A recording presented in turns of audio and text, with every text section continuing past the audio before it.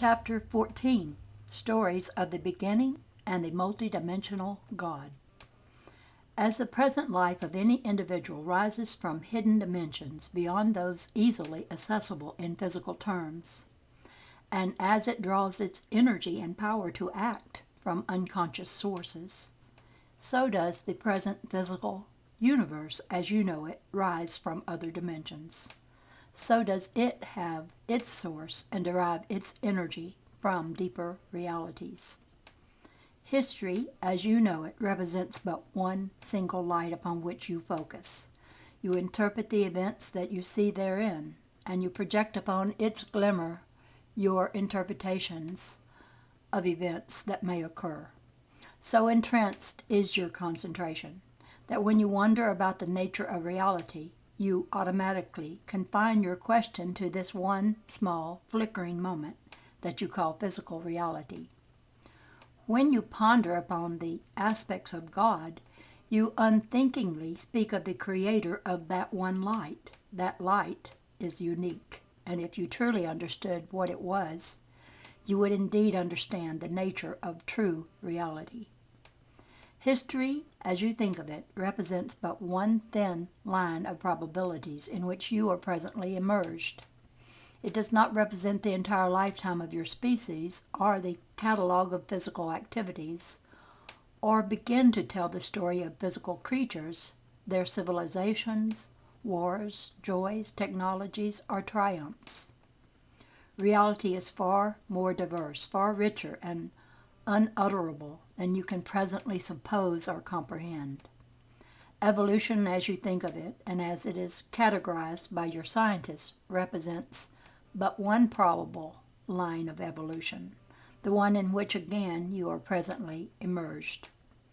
There are, therefore, many other equally valid, equally real evolutionary developments that have occurred and are occurring and will occur, all within other probable systems of physical reality. The diverse, endless possibilities of development possibly could never appear within one slender framework of reality.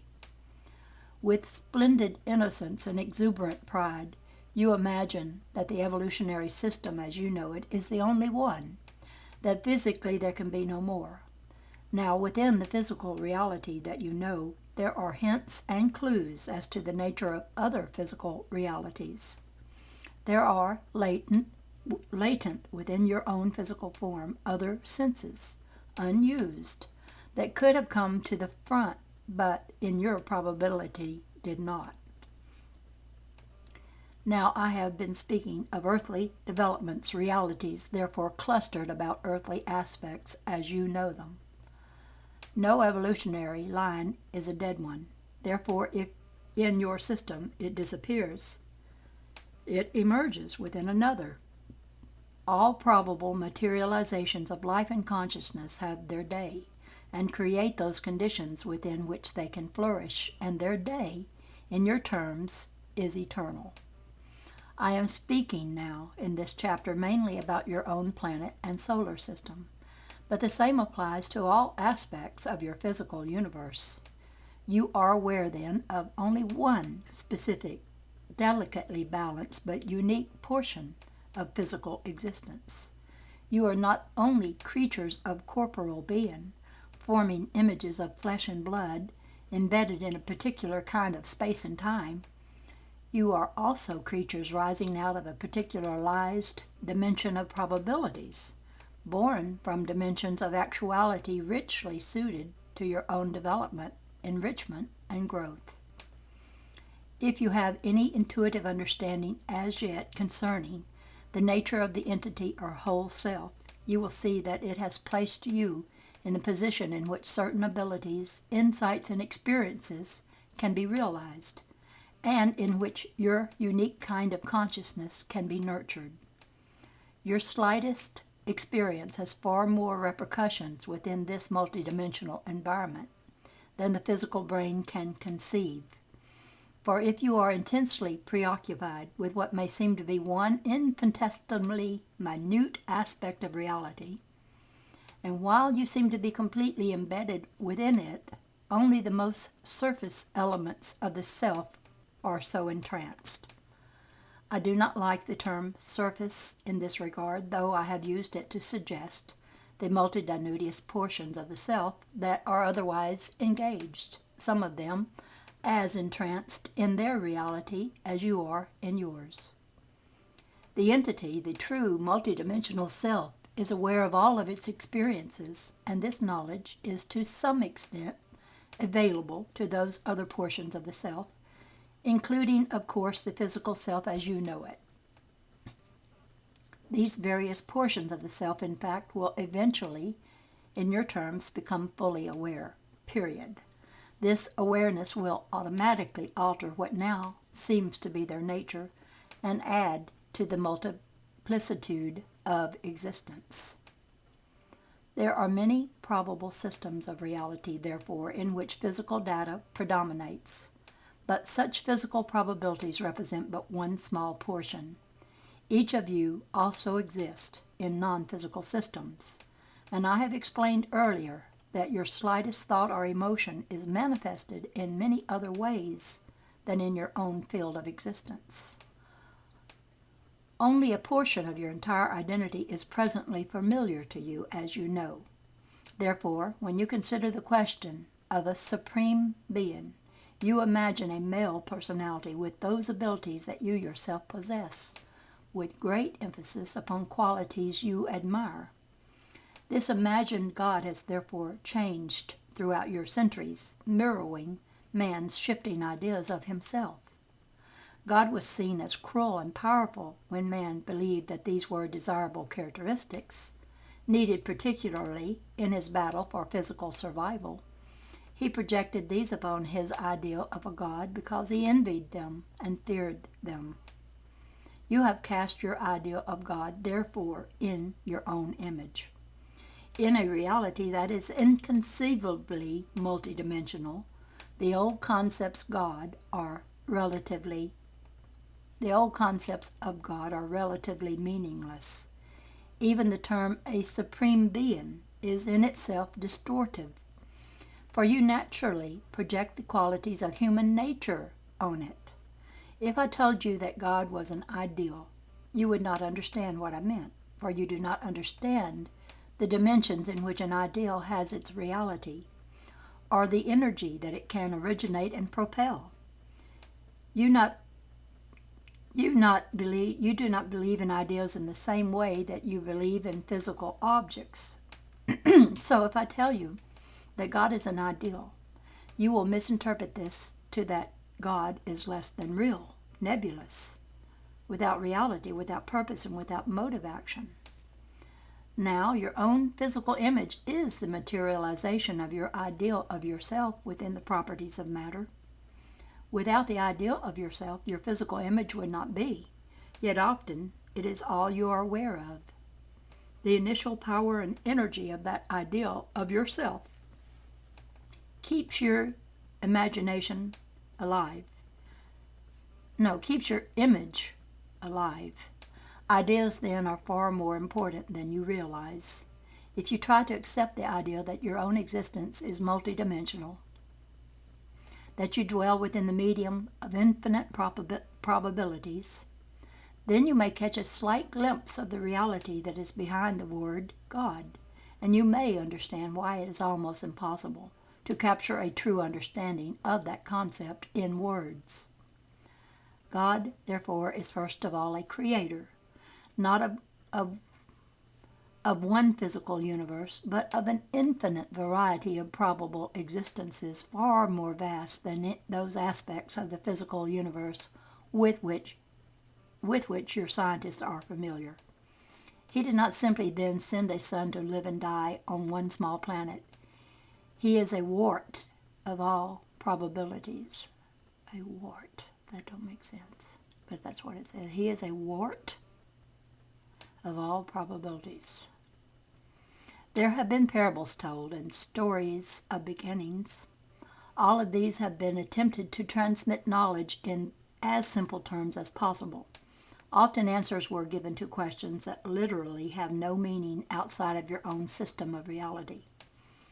For example, There was no beginning, and there will be no end, yet parables have been given telling you of beginnings and endings, simply because with your distorted ideals of times, beginnings and endings seem to be inseparable, valid events. As you learn to turn the focus of your attention away from physical reality and therefore experience some slight evidence of other realities, your consciousness will cling to old ideas that make true explanations impossible for you to understand. Multidimensional awareness is available to you in your dreams, however, in some trance states, and often even beneath ordinary consciousness as you go about your day. This awareness gives personal experience with the multidimensional richness that exists not apart from, but intermingled with, within, through, and all about your physical world of sense. To say that physical life is not real is to deny that reality pervades all appearance and is a wart of all appearance. I think it must be, they're using wart, W-A-R-T. I think that must be aware, and is aware of all appearance. Let me read that again, saying that. To say that physical life is not real is to deny that reality pervades all appearance and is aware of all appearance. In the same manner, God does not exist apart from or separate from physical reality, but exists within it, and is aware as a wart. Oh, I know what that is. And as a part. They must have changed this, and they changed it, all the P's that were part of ART into a W. And it is a part, I've got to start over again. In the same manner, God does not exist apart from or separate from physical reality, but exists within it and as a part of it, as he exists within and as a part of all other systems of existence. Yeah, that's what happened. It's not a wart, it's a part. Oh well. Your Christ figure represents symbolically your ideal of God and his relationships. There were 3 separate individuals whose history blended, and they became known collectively as Christ. Hence many discrepancies in your records. These were all males because at that one of your development, you would not have accepted a female counterpart. That must be because at that time of your development, you would not have accepted a female counterpart. These individuals were a part of one entity. You could not imagine God as a father. It would never have occurred to you to imagine a God in any other than human terms. Earth components. These 3 figures worked out a drama, highly symbolic, propelled by concentrated energy of great force. The events as they are recorded, however, did not occur in history. The crucifixion of Christ was a psychic but not a physical event. Ideas of almost unimaginable magnitude were played out. Judas, for example, was not a man in your terms. He was, like all the other disciples, a blessed, created, fragment personality formed by the Christ personality.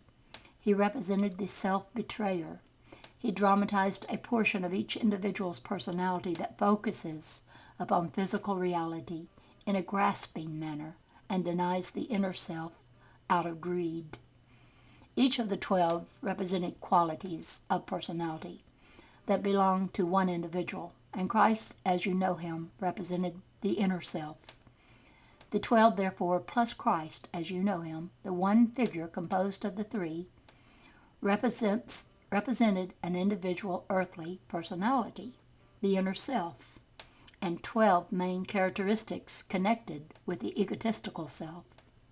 As Christ was surrounded by the disciples, so the inner self is surrounded by these physically oriented characteristics, each drawn outward towards daily reality on the one hand, and yet orbiting the inner self. The disciples, therefore, were given physical reality by the inner self, as all of your earthly characteristics come out of your inner nature.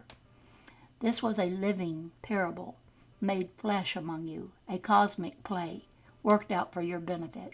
No, worked out for your behalf, couched in terms that you could understand. The lessons were made plain as all the ideals behind them were personified. If you will forgive the term, this was like a local morality play put on in your corner of the universe. This does not mean it was less real than you previously supposed. In fact, the implications of what is said here should clearly hint at the more powerful aspects of godhood. The three Christ personalities were born upon your planet, and indeed became flesh among you. None of these was crucified. The 12 disciples were materializations from the energies of these three personalities, their combined energies. They were then fully endowed with individuality, however, but their main task was to clearly manifest within themselves certain abilities inherent within all men. The same kinds of drama in different ways have been given, and while the drama is always different, it is always the same. This does not mean that a Christ has appeared within each system of reality. It means that the ideal of God has manifested within each system in a way that is comprehensible to the inhabitants. This drama continues to exist. It does not belong, for example, to your past. Only you have placed it there. This does not mean that it always reoccurs. The drama, then, was far from meaningless, and the Spirit of Christ in your terms is legitimate. It is the probable God drama that you choose to perceive. There were others that were perceived, but not by you, and there are other such dramas existing now. Whether or not the crucifixion occurred physically, it was a psychic event and exists as do all the other events connected with the drama. Many were physical, but some were not. The psychic event affected your world quite as much as the physical one, as is obvious. The whole drama occurred as a result of mankind's need. It was created as a result of that need, grew out of it, but it did not originate within your system of reality. Other religions were based upon different dramas, in which ideas were acted out in a different way that was comprehensible to various cultures. Unfortunately, the differences between the dramas often lead to misunderstandings, and these were used as excuses for wars. These dramas are also privately worked out in the dream state. The God personified figure first was introduced to man in the dream state, and the way then prepared. In visions and inspirations, men knew that the Christ drama would be enacted and hence recognized it for what it was when it occurred physically. Its power and strength then returned to the dream universe. It has increased its vigor and intensity through the physical materialization. In private dreams, men then related to the main figures in the drama, and in the dream state they recognized its true import. God is more than the sum of all the probable systems of reality He has created, and yet He is within each one of these without exception. He is therefore within each man and woman. He is also within each spider, shadow, and frog, and this is what man does not like to admit. God can only be experienced, and you experience Him whether or not you realize it through your own existence. He is not male or female, however, and I use the terms only for convenience sake. In the most inescapable truth, He is not human in your terms at all, nor in your terms is He a personality. Your ideas of personality are too limited to contain the multitudinous facets of His multidimensional existence. On the other hand, He is human in that He is a portion of each individual, and within the vastness of His experience, He holds an ideal shape of Himself as human to which you can relate. He literally was made flesh to dwell among you, for He forms your flesh, in that He is responsible for the energy that gives vitality and validity to your private multidimensional self. which in turn forms your image in accordance with your own ideas. This private multidimensional self, or the soul, has then an eternal validity. It is upheld, supported, maintained by the energy, the inconceivable vitality of all that is. It cannot be destroyed then, this inner self of yours. Nor can it be diminished. It shares in these abilities that are inherent within all that is. It shares in those abilities that are inherent within all that is. It must therefore create as it is created, for this is the great giving that is behind all dimensions of existence, the spilling over from the fountain of all that is. I will in due time identify the figure of the third Christ personality. Now, however, I am concerned with the multidimensional aspects of all that is. Such a reality can only be experienced. There are no facts that can be given that can portray with any faithfulness the attributes of all that is. This reality and those attributes will appear with various systems of actuality in keeping with the camouflage data of any given system. The inner experience with the multidimensional God can come in two main areas. One is through the realization that this prime moving force is within everything that you can perceive with your senses. The other method is to realize that this primary motive force has a reality independent of its connection with the world of appearances. All personal contact with the multidimensional God, all legitimate moments of mystic consciousness, will always have a unifying effect.